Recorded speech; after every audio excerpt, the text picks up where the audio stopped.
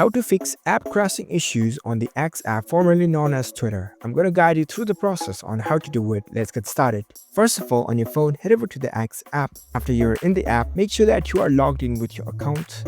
Now, if you face the app crashing issues on Twitter frequently, what you can do is you can head over to your Play Store first, tap on the search bar and search for Twitter. You'll see this X app appear in the search results. Head over to this app's page, and over here, if there is any update available, instead of this open button, you will see the update button. You can simply tap on it and this app will be updated. It will have all the new features and additions that is updated.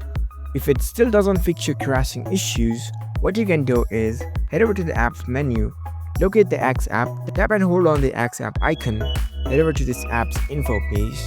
Now scroll down and select the storage option.